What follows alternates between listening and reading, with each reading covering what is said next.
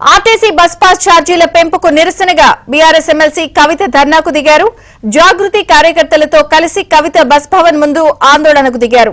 Bus Bhavan లోపలికి కవిత వెళ్తూ ఉండగా పోలీసులు అడ్డుకున్నారు. దీంతో కవిత అక్కడే బైఠాయించడంతో ఆమెను పోలీసులు అరెస్ట్ చేశారు. ఆ తర్వాత కంచన్బాగ్ పిఎస్ కు తరలించారు. పెంచిన ఆర్టీసీ ఛార్జీలను ప్రభుత్వం వెంటనే తగ్గించాలని కవిత డిమాండ్ చేశారు.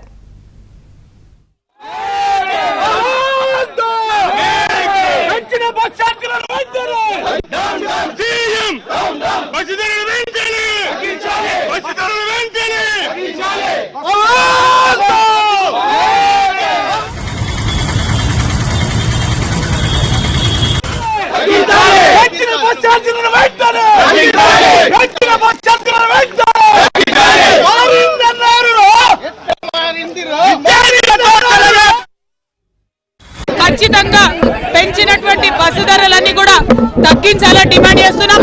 బస్ పాస్ ధర 1100 ఉంటే 1400 చేసిండ్రు. ఊర్లలో కూడా బస్ పాస్లన్నీ కూడా పెంచినటువంటి సందర్భం ఇది కరెక్ట్ కాదు. ఫ్రీ బస్సు మిమ్మల్ని ఎవరు అడగలేదు. ఫ్రీ బస్ ఇచ్చిండ్రు. ఆర్టీసీని గవర్నమెంట్ లో కలుపుకుంటలేరు. పైగా ఇప్పుడు ఆర్టీసీని వాడేటటువంటి విద్యార్థులకు సామాన్య ప్రజలకు ఇబ్బంది కలిగే విధంగా మీరు బస్ ఛార్జీలు పెంచారు. ఇది కరెక్ట్ కాదు.